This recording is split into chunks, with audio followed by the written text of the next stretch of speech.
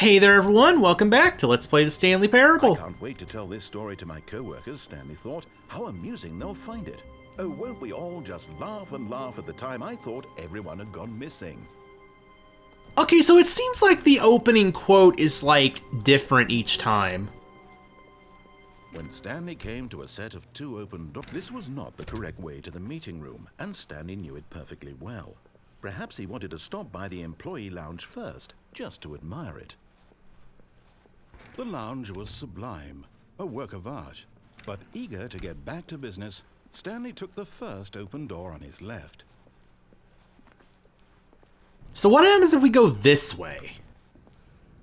Stanley was so bad at following directions, it's incredible he wasn't fired years ago. This is big.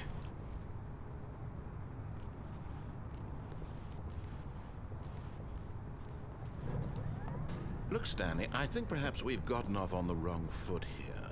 I'm not your enemy, really, I'm not. I realize that investing your trust in someone else can be difficult, but the fact is that the story has been about nothing but you all this time.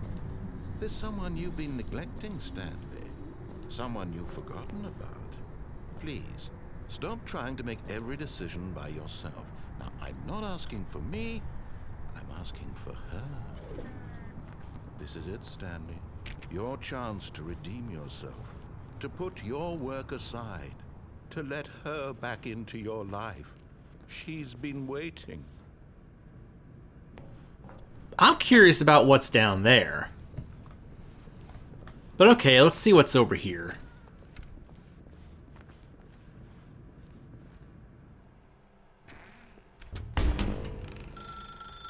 That's her, Stanley. You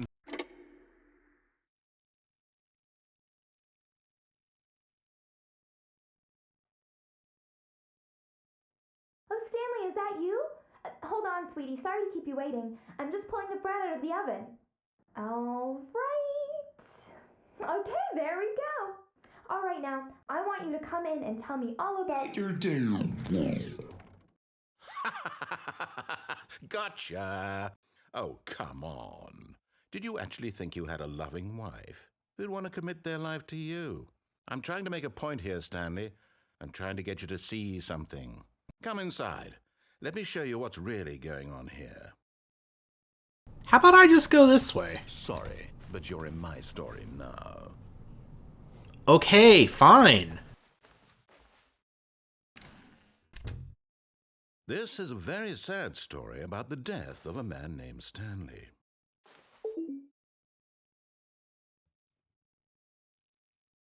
Stanley is quite a boring fellow. He has a job that demands nothing of him, and every button that he pushes is a reminder of the inconsequential nature of his existence. Look at him there, pushing buttons, doing exactly what he's told to do. Now he's pushing a button. Now he's eating lunch. Now he's going home. Now he's coming back to work. One might even feel sorry for him, except that he's chosen this life.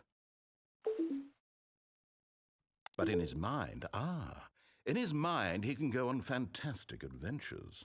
From behind his desk, Stanley dreamed of wild expeditions into the unknown, fantastic discoveries of new lands. It was wonderful, and each day that he returned to work was a reminder that none of it would ever happen to him. And so he began to fantasize about his own job. First, he imagined that one day while at work, he stepped up from his desk to realize that all of his co-workers, his boss, everyone in the building had suddenly vanished off the face of the earth. The thought excited him terribly. So he went further. He imagined that he came to two open doors and that he could go through either. At last, choice. It barely even mattered what lay behind each door. The mere thought that his decisions would mean something was almost too wonderful to behold. As he wandered through this fantasy world, he began to fill it with many possible paths and destinations.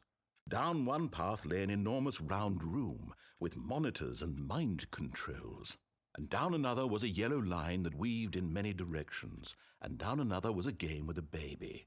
And he called it the Stanley Parable. It was such a wonderful fantasy, and so in his head he relived it again, and then again, and again, over and over, wishing beyond hope that it would never end, that he might always feel this free. Surely there's an answer down some new path, mustn't there be? Perhaps if he played just one more time. But there is no answer. How could there possibly be? In reality, all he's doing is pushing the same buttons he always has. Nothing has changed. The longer he spends here, the more invested he gets, the more he forgets which life is the real one.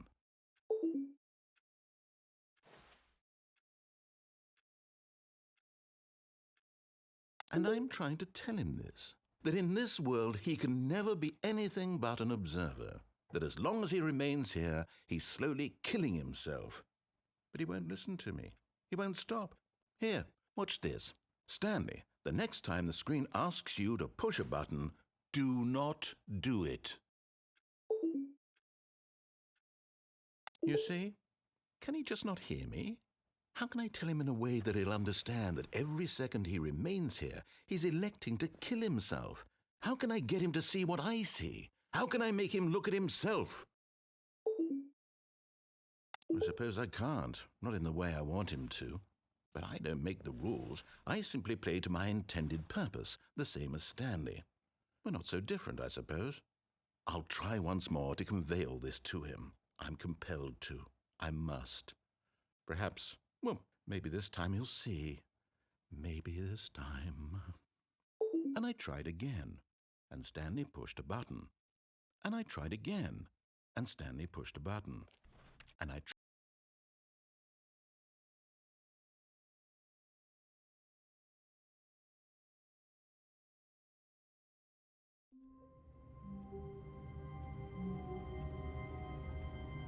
Okay, that was an ending. Someone was following Stanley. He was sure of it. If he checked over his shoulder now, he would surely catch them. It was only a matter of time. Stanley was so bad at following directions, it's incredible he wasn't fired years ago.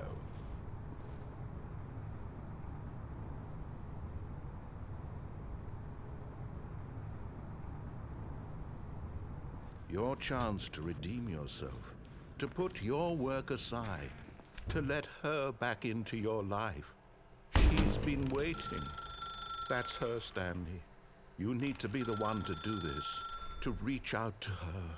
If you can truly place your faith in another, then pick up the phone. What if we just wait?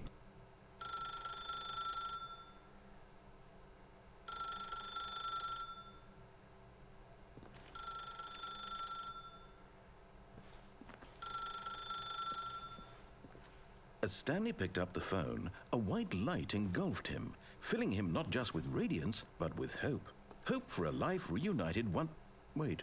Oh, goodness. Stanley, did you just unplug the phone? No, that wasn't supposed to be a choice. How did you do that? You actually chose incorrectly? I didn't even know that was possible. Let me double check. No, it's definitely here, clear as day. Stanley picks up the phone. He's taken to his apartment where he finds his wife, and the two pledge themselves to one another. Music comes in, fade to white, roll credits. Not picking up the phone is actually somehow an incorrect course of action. How is that even possible? None of these decisions were supposed to mean anything. I don't understand. How on earth are you making meaningful choices? What did you... Wait a second. Did I just see... No, that's not possible. I can't believe it. How had I not noticed it sooner? You're not Stanley. You're a real person. I can't believe I was so mistaken. This is why you've been able to make correct and incorrect choices. And to think I've been letting you run around in this game for so long. If you'd made any more wrong choices, you might have negated it entirely. It's as though you completely ignored even the most basic safety protocol for real-world decision-making. Or did you not grasp the severity of the situation? Well, I won't have that kind of risk on my watch. I'm going to stop the game for a moment so we can educate you properly on safe decision-making in the real world. Please observe this helpful instructional video. Choice. It's the best part of being a real person, but if used incorrectly can also be the most dangerous. For example, in this scenario, a hypothetical real person named Stephen has a choice. He could spend years helping improve the quality of life for citizens of impoverished third world nations. Or he could systematically set fire to every orphan living in a 30-kilometer radius of his house. Which choice would you make? Remember that unlike here, the real world makes sense, and at no time should you make a choice that does not conform to rational logic. If you find yourself speaking with a person who does not make sense, in all likelihood, that person is not real. Allow the person to finish their thought, then provide an excuse why you cannot continue talking. Turn to a partner and practice saying, "My goodness, is it 4:30? I'm supposed to be having a back, sack, and crack."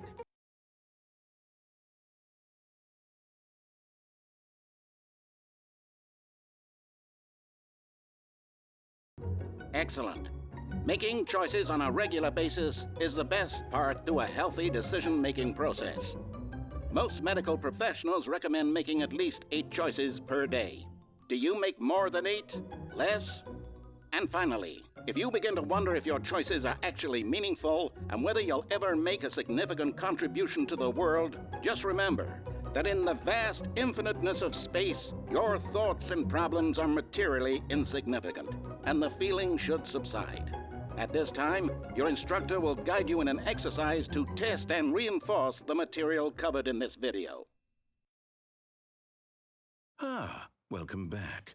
You may have noticed that this room has begun to deteriorate as a result of narrative contradiction. But not to worry. Now that you're properly informed on good decision-making, we're going to revisit a choice you made just a few minutes ago and see what the correct thing to do would have been. This way, please.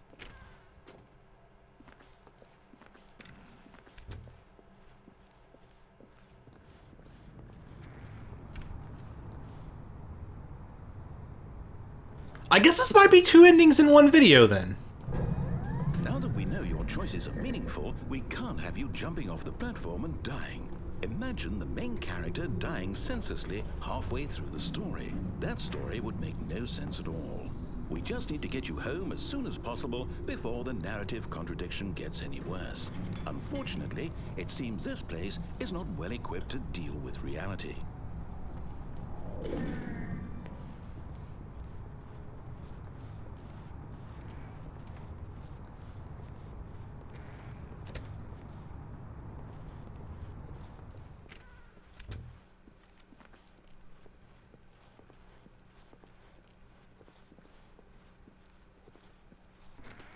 Almost there. You'll take the door on the left, back to the correct ending, the story will have resolution once again, and you'll be home free in the real world. Now remember, all you need to do is behave exactly as Stanley would. That means choosing responsibly and always putting the story first. I'm quite sure you'll be up to the task. Just follow my lead and you'll be fine. All right. When Stanley came to a set of 2 open doors, he entered the door on his left. No! Why did you do that? Quickly, hurry back in the other direction. Perhaps we're not too late.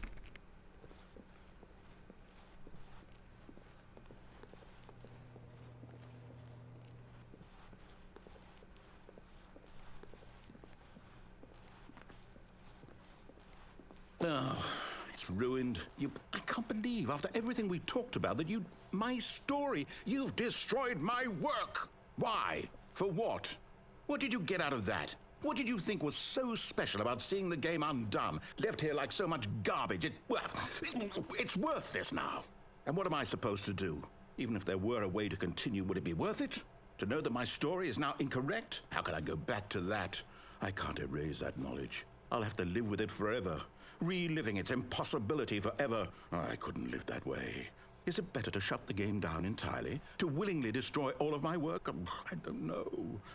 What's the answer? What do I do? What do I do? What do I... No, I have to. I have to shut the game down. I have to. I have to.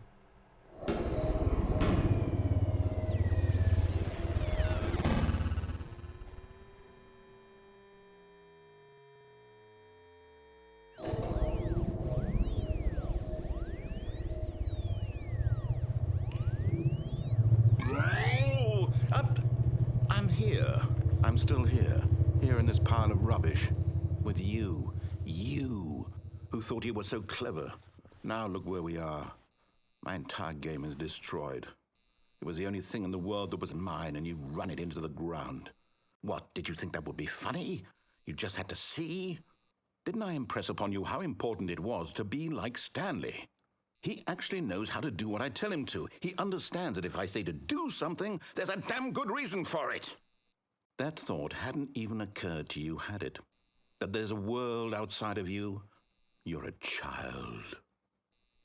Oh, my story. If you'd just gone through the door on the left, you would have seen it. There was a whole underground facility. You would have destroyed it and been victorious. It would have been so perfect. I worked so hard on it. I tried so hard. Behave exactly as Stanley would. That means choosing responsibly and always putting the story first. I'm quite sure you'll be up to the task. Just follow my lead and you'll be fine. All right. When Stanley came to a set of 2 open doors, he entered the door on his left.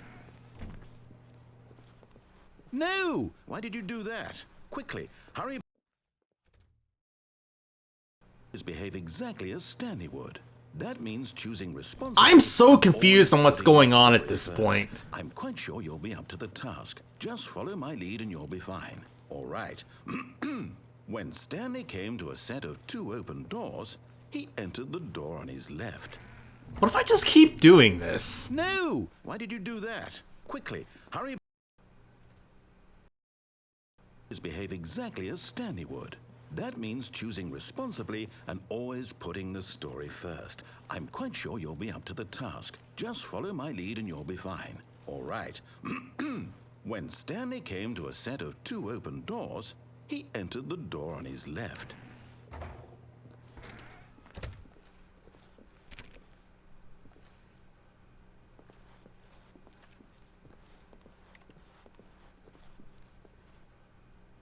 Yet there was not a single person here either. Feeling a wave of disbelief, Stanley decided to go up to his boss's office, hoping he might find an answer there. So wait, is this like normal now? Coming to a staircase, Stanley walked upstairs to his boss's office.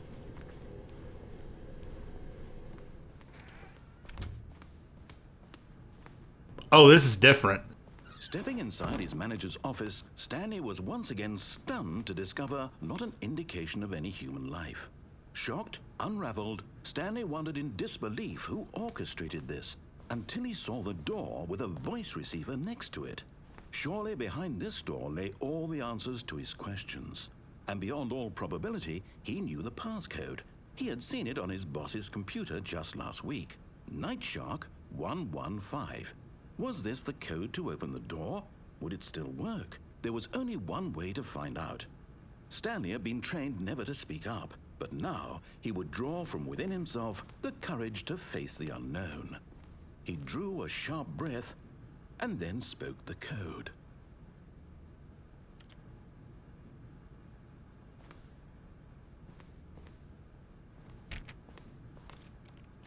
Wait, do I actually have to say it? Stanley spoke the code. Night Shark 115. He spoke it into the receiver, right there on the wall. Light Shark 115? Or was it Night Shark? You didn't mishear me, did you? Please speak the code into the receiver. Otherwise we can't get on with the story. This is a crucial step. Night Shark 115. Okay, fine, you're not gonna do it, but you know what? It's pretty humiliating to bring you this far, only for you to suddenly decide you have better things to do. I asked you for this one single thing, for your respect.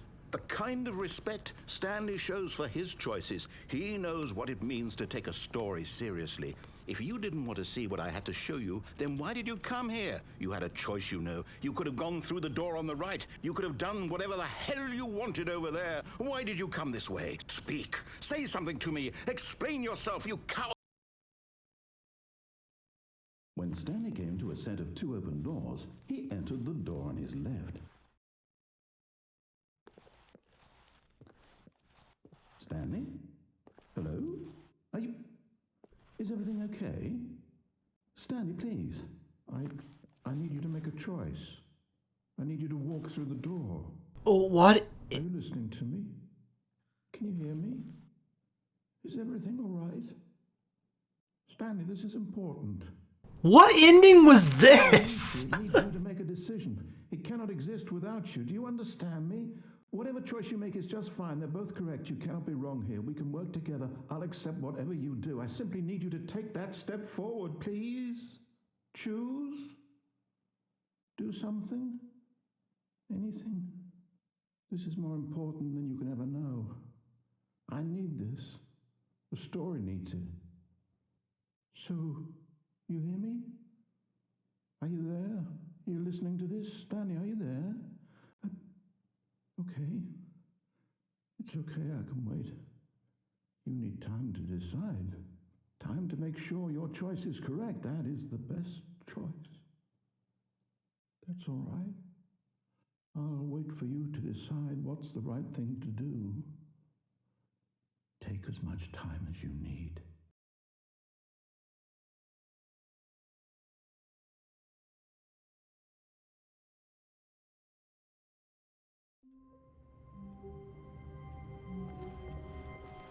Someone was following Stanley. He was sure of it.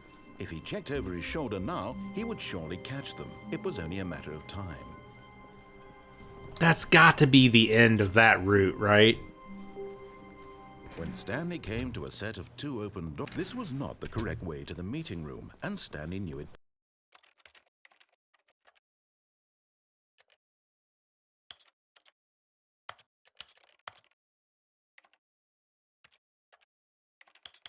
Perfectly well.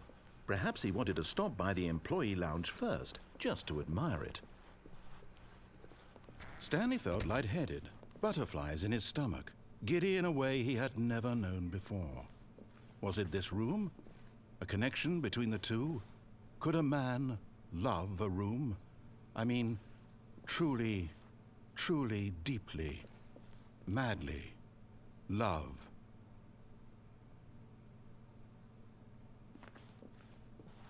Yes, really, really worth it being here in the room.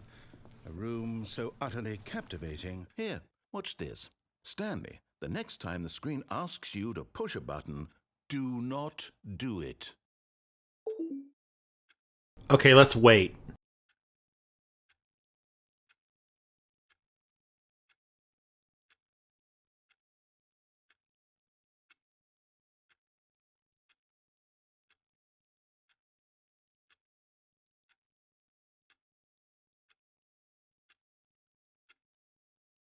Something's got to happen, right?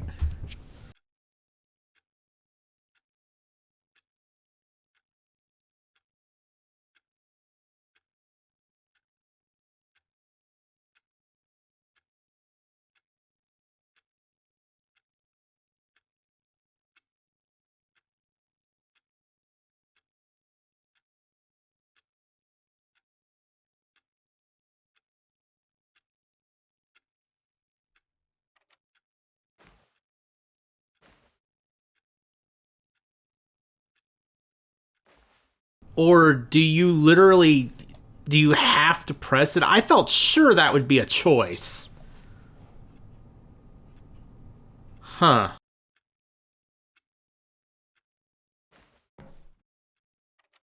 I guess that's just the point, that you're only an observer. You literally can't make the choice not to press anything here. Well, okay then.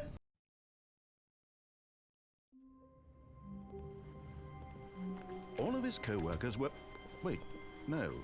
This isn't the right office, is it? Is this Stanley's office?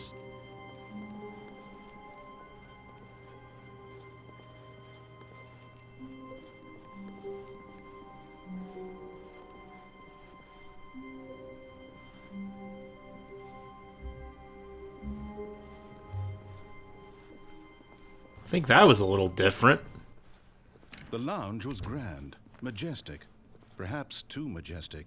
Like a combination of a much smaller version and a much larger version of this exact room.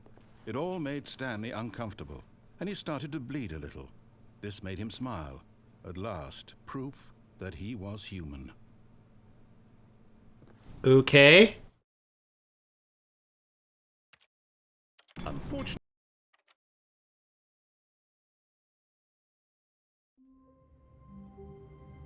Oh, hey, we're back here again. I guess it just randomly starts you here for some reason. all of his co-workers were gone. What could it mean? Stanley decided to go to the meeting room. Perhaps he had simply missed a memo. Huh. Anyway, I looked up about the whole speak the code thing, and yeah, it turns out you literally cannot speak it. I was thinking maybe the game uses the microphone and it wasn't set properly or something, but no, you can't do anything there. That was the full ending. Apparently it was called the Not Stanley ending. So I think that's both of those routes pretty much done. So we got the Confusion ending and the Not Stanley ending, and since this... I was thinking maybe I found something more with the Confusion ending when I, reset during it and it, brought me here, but since it just did it again, I think it's just random. So yeah, I guess that'll be it for this episode, so, see y'all next time.